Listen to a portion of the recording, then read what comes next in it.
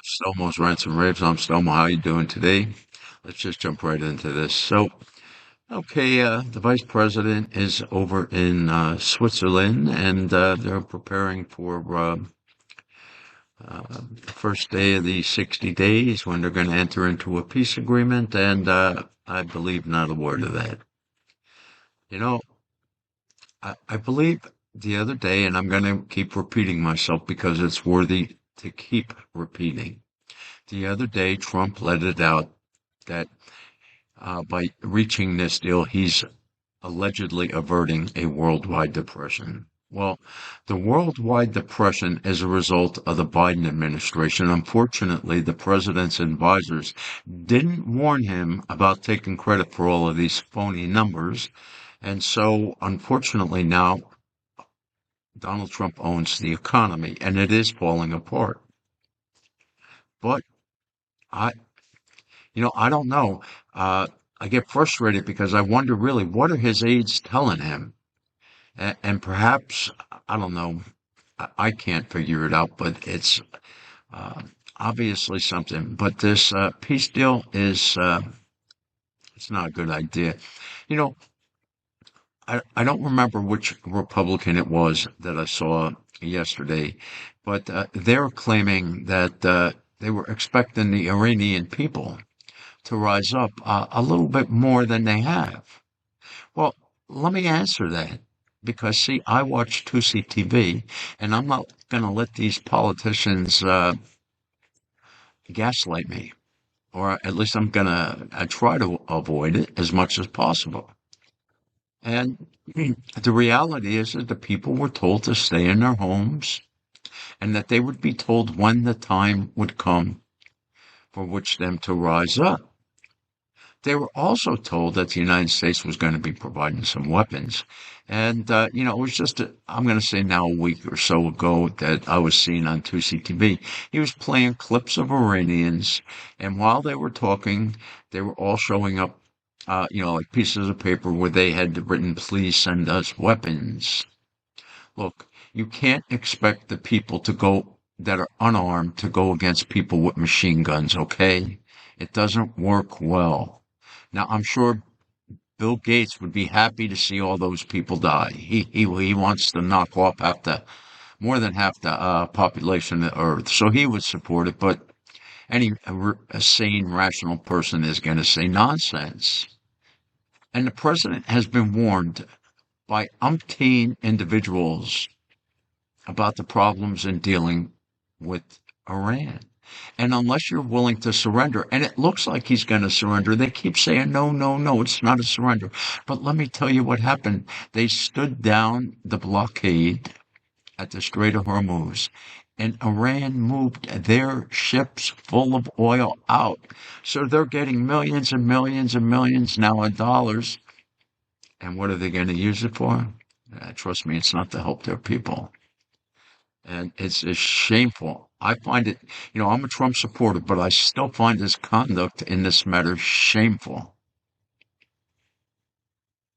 He told the people to take to the streets and take back their government. And he said, if they start killing you, we're going to have your back. And yeah, we did come in and bomb, but they're still killing people. But apparently that's okay, and now it's okay. Yeah, what's enriching a little uranium as long as it doesn't go this far or whatever. And we'll surrender this, that, and the other thing, and we'll give them $300 billion. But then we're going to say, no, we're not really giving that $300 billion. Well, again, I'm repeating myself, but, this is, you can say, the equivalent of a contract. And the contract is signed between Iran and the United States. And the United States says in that contract that they get $300 billion. Now, I know we're saying the Gulf nations are going to pony up the money. I don't see them signing on without a line, Mr. President. And the problem is you keep thinking that you control all these other countries, and you don't, Mr. President. And I find it problemsome. We didn't see this kind of stuff in your first term. And let me say another thing that really has me toasted. You were out again this morning talking about how you're going to blow the country off the map and everything. It's not going to work. You keep doing it, and all you're doing is showing our enemies how weak you are here.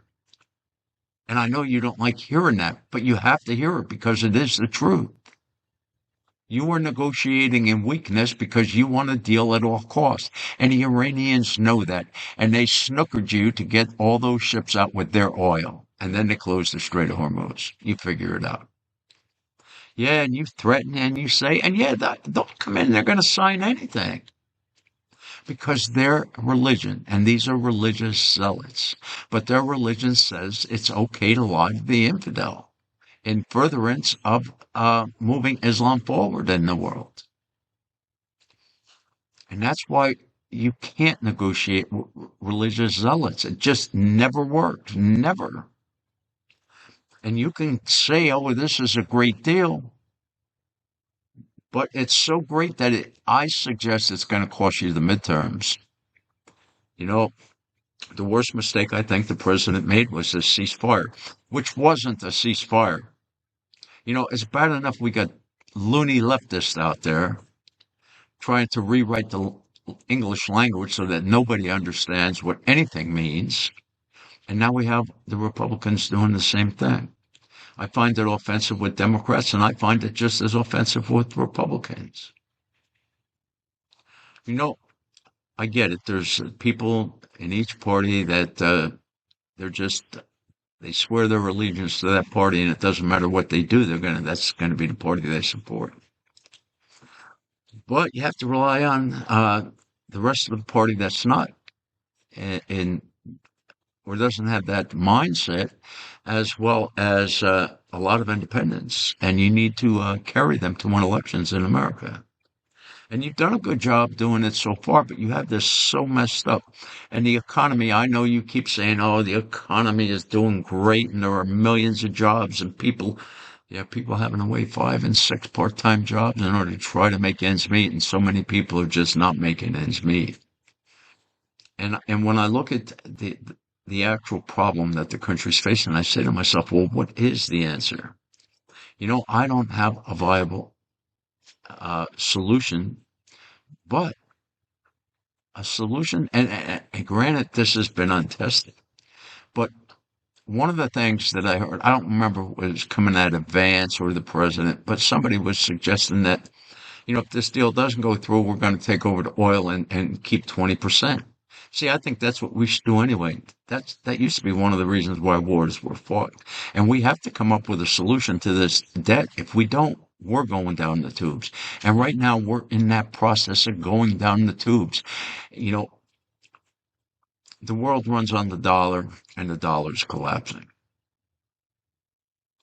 You know, because the dollar's value, its actual value it's been deflated as prices have been inflated.